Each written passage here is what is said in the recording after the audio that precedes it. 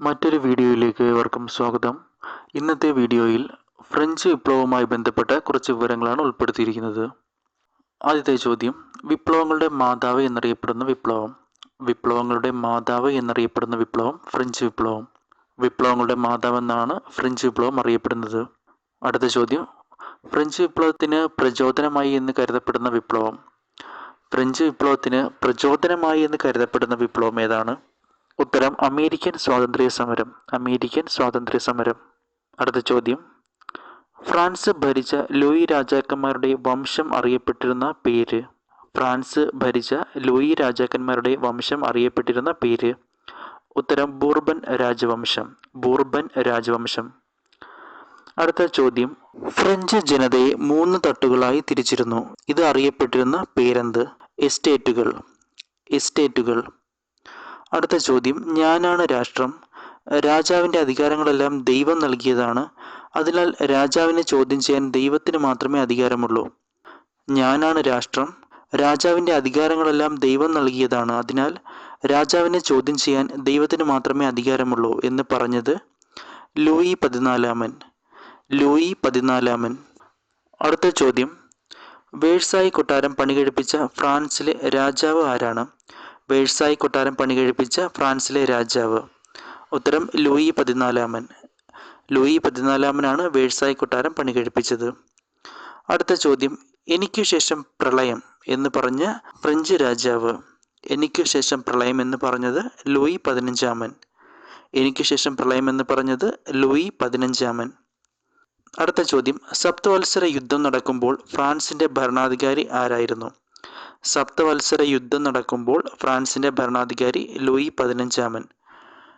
സപ്തവത്സര യുദ്ധം നടക്കുമ്പോൾ ഫ്രാൻസിൻ്റെ ഭരണാധികാരി ലൂയി 15 അടുത്ത ചോദ്യം, നിങ്ങൾക്ക് റൊട്ടിയില്ലെങ്കിൽ എന്താ കേക്ക് തിന്നുകൂടെ?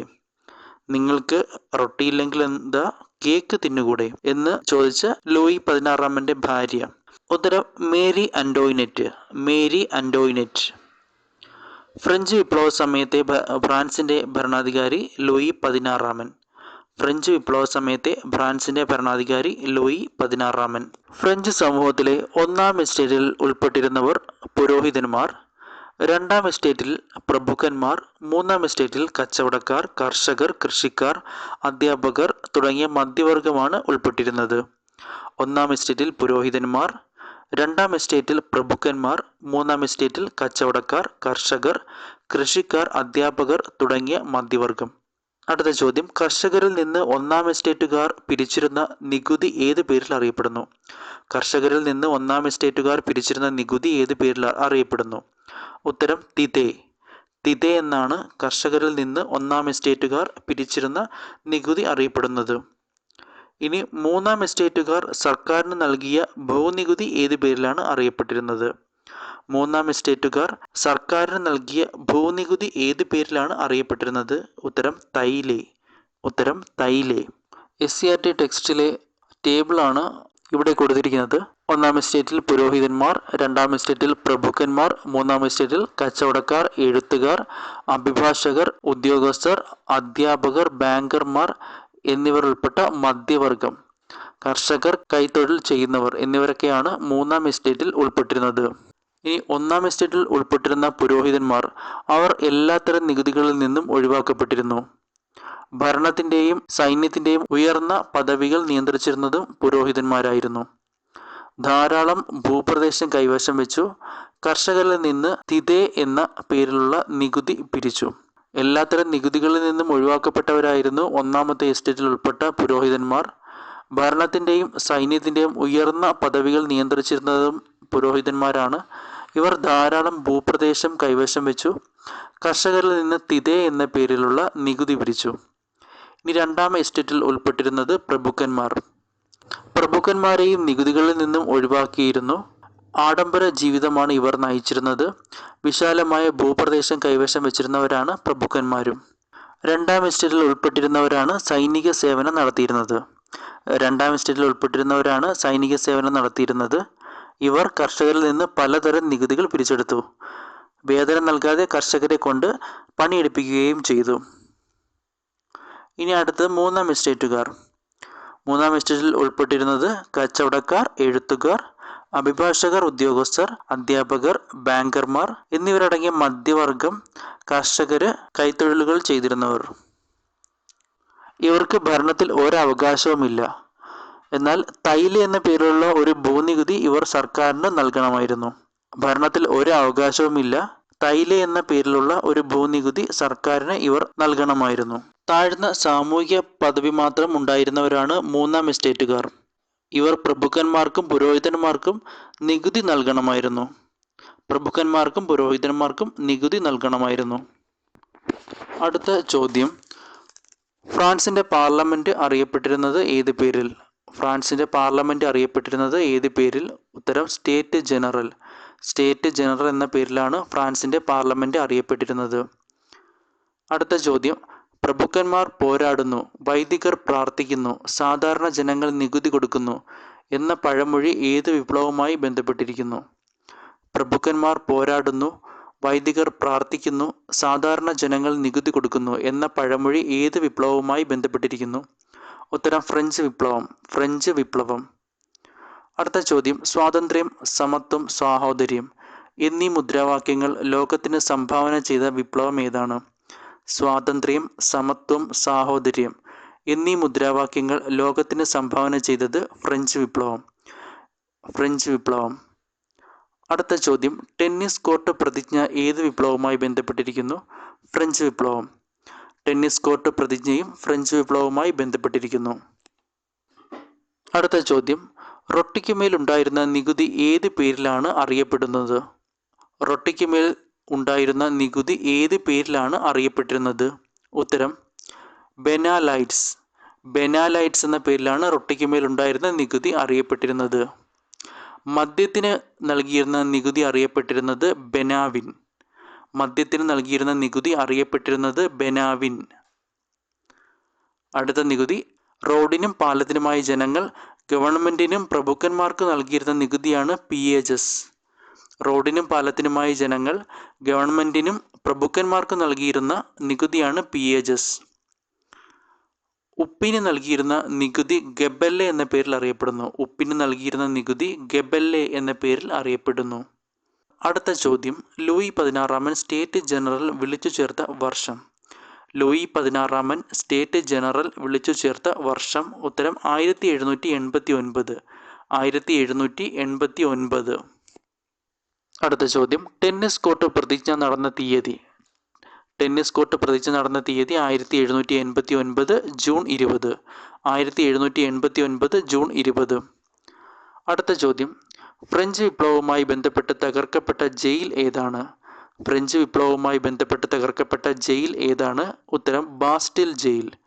ഉത്തരം ബാസ്റ്റിൽ ജയിൽ. ബാസ്റ്റിൽ ജയിൽ തകർക്കപ്പെട്ട വർഷം? ബാസ്റ്റിൽ ജയിൽ തകർക്കപ്പെട്ട വർഷം 1789 ജൂലൈ 14. 1789 ജൂലൈ 14. അടുത്ത ചോദ്യം, ഫ്രാൻസിന്റെ ദേശീയ ദിനമായി ആചരിക്കുന്നത് എന്നാണ്? ഫ്രാൻസിന്റെ ദേശീയ ദിനമായി ആചരിക്കുന്നത് എന്നാണ്? ഉത്തരം ബാസ്റ്റിൽ ജയിൽ തകർക്കപ്പെട്ട ജൂലൈ 14. ബാസ്റ്റിൽ ജയിൽ തകർക്കപ്പെട്ട ജൂലൈ 14 ഫ്രാൻസിന്റെ ദേശീയ ദിനമായി ആചരിക്കുന്നത്.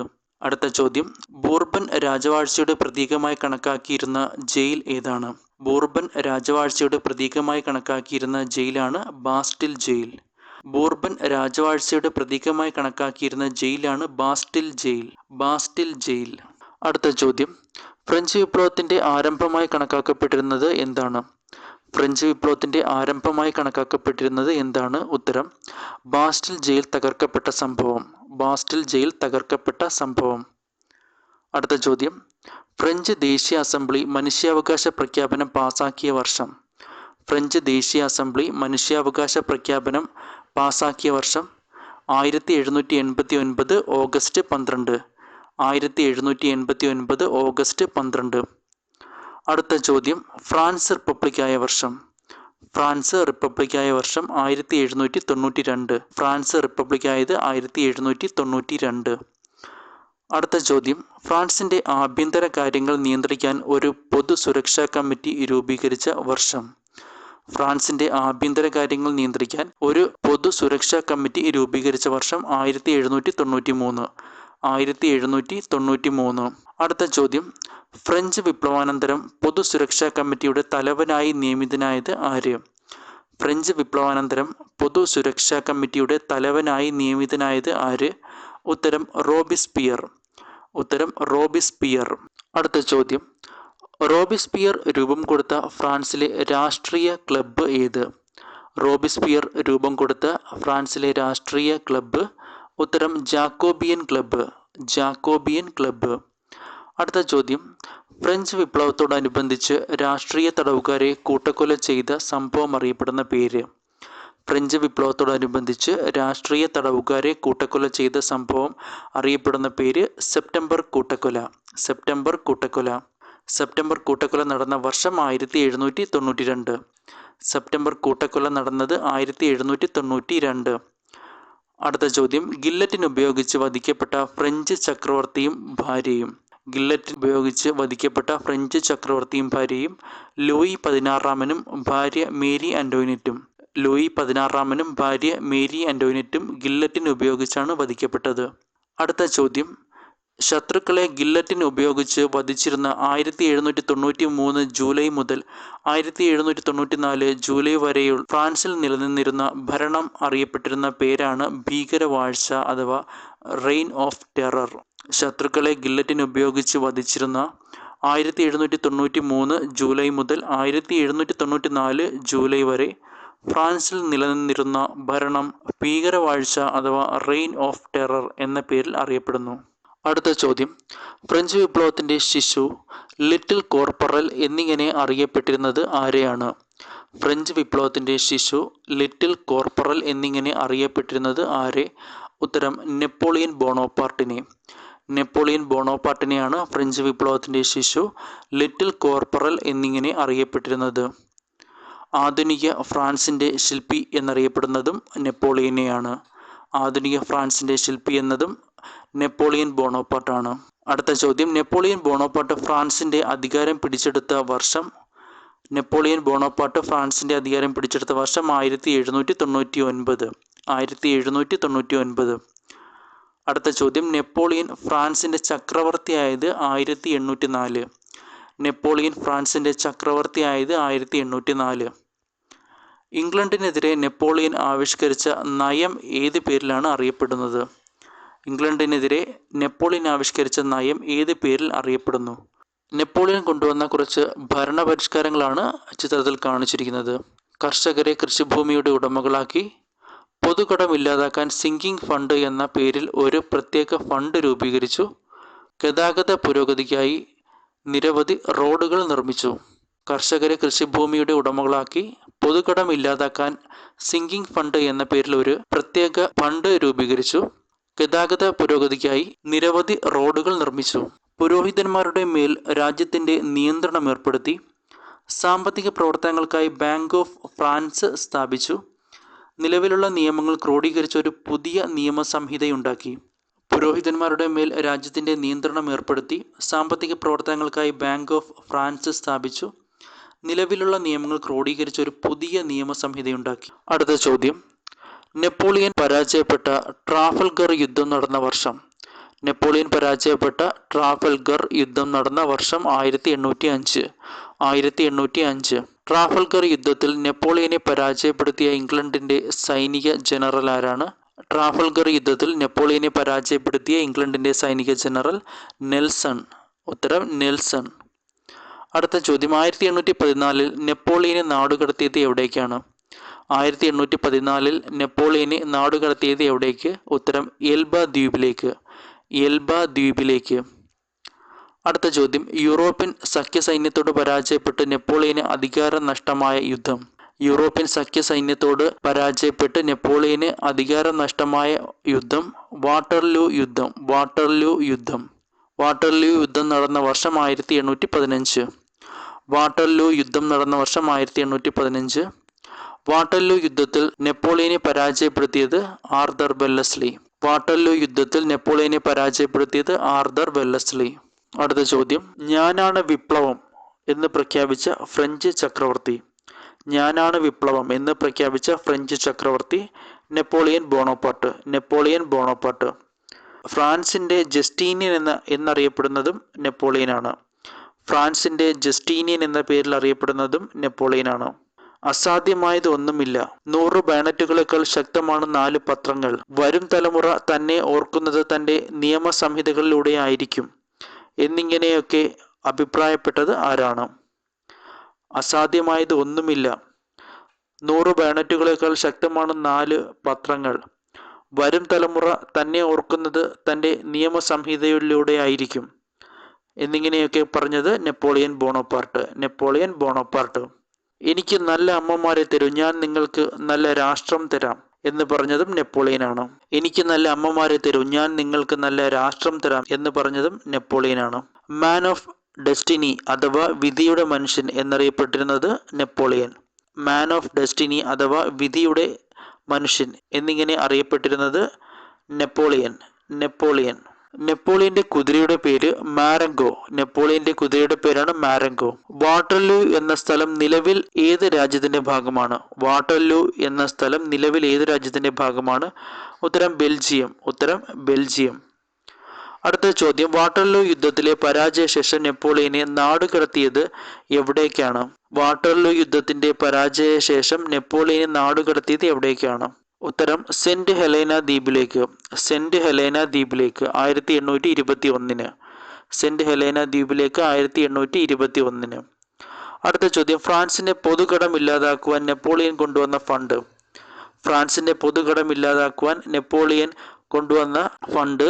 ഉത്തരം സിങ്കിങ് ഫണ്ട്. അടുത്ത ചോദ്യം, ബാങ്ക് ഓഫ് ഫ്രാൻസ് സ്ഥാപിച്ചത് നെപ്പോളിയൻ ബോണപ്പാർട്ട്. ഫ്രഞ്ച് വിപ്ലവത്തിന്റെ ബൈബിൾ എന്നറിയപ്പെടുന്ന ഗ്രന്ഥം ദി സോഷ്യൽ കോൺട്രാക്ട്.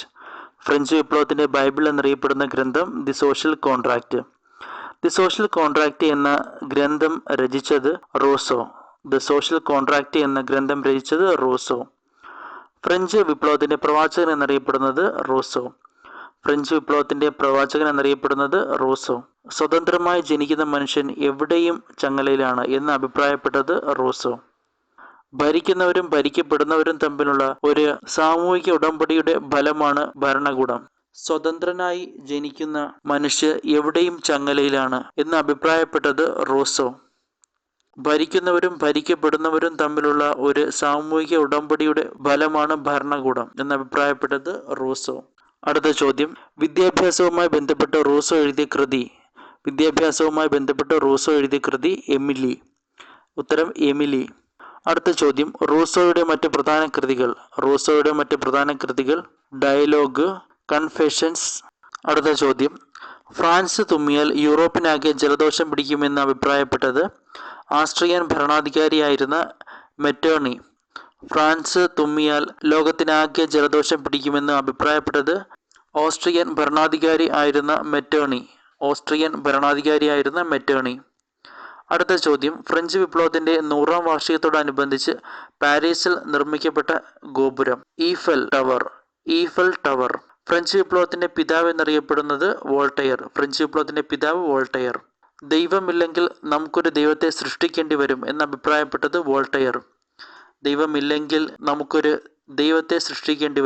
അഭിപ്രായപ്പെട്ടത് വോൾട്ടയർ. യുക്തിചിന്ത, സമത്വം, മനുഷ്യസ്നേഹം എന്നിവ പ്രോത്സാഹിപ്പിച്ച ഫ്രഞ്ച്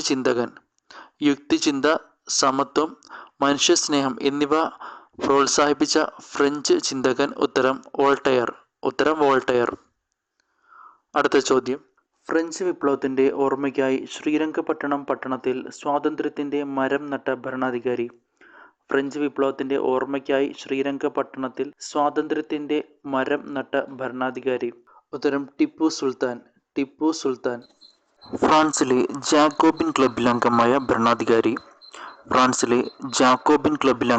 ഭരണാധികാരി ടിപ്പു സുൽത്താൻ. ഫ്രഞ്ച് വിപ്ലവത്തിന്റെ പ്രചോദനം ഉൾക്കൊണ്ട് ടിപ്പു സുൽത്താൻ സ്വീകരിച്ച പേര് പൗരനായ ടിപ്പു അഥവാ സിറ്റിസൺ ടിപ്പു. അടുത്ത ചോദ്യം, ഫ്രഞ്ച് വിപ്ലവത്തെ ആസ്പദമാക്കി ചാൾസ് ഡിക്കൻസ് രചിച്ച കൃതി ഏതാണ്? The tale of two cities. The tale of two cities. അടുത്ത ചോദ്യം, ഇന്ത്യൻ നെപ്പോളിയൻ എന്നറിയപ്പെടുന്നത് ആരെയാണ്? ഇന്ത്യൻ നെപ്പോളിയൻ എന്നറിയപ്പെടുന്നത് സമുദ്രഗുപ്തനെ. സമുദ്രഗുപ്തനെയാണ് ഇന്ത്യൻ നെപ്പോളിയൻ എന്ന പേരിൽ അറിയപ്പെടുന്നത്. രണ്ടാം നെപ്പോളിയൻ എന്ന പേരിലും അറിയപ്പെടുന്നു. രണ്ടാം നെപ്പോളിയൻ എന്ന പേരിലും അറിയപ്പെടുന്നു. മൂന്നാം നെപ്പോളിയൻ എന്നറിയപ്പെടുന്നത് നാനാ സാഹിബ്. മൂന്നാം നെപ്പോളിയൻ എന്ന പേരിൽ അറിയപ്പെടുന്നത് നാനാ സാഹിബ്. കേരള നെപ്പോളിയൻ എന്ന പേരിൽ അറിയപ്പെടുന്നത് പൊയ്കയിൽ യോഹന്നാൻ. കേരള നെപ്പോളിയൻ എന്ന പേരിൽ അറിയപ്പെടുന്നത് പൊയ്കയിൽ യോഹന്നാൻ. പേർഷ്യൻ നെപ്പോളിയൻ എന്നറിയപ്പെടുന്നത് നാദിർ ഷാ. പേർഷ്യൻ നെപ്പോളിയൻ എന്നറിയപ്പെടുന്നത് നാദിർ ഷാ. ഇറാൻ നെപ്പോളിയൻ എന്നറിയപ്പെടുന്നത് മിഹിരകുലൻ. ഇറാൻ നെപ്പോളിയൻ എന്നറിയപ്പെടുന്നത് മിഹിരകുലൻ.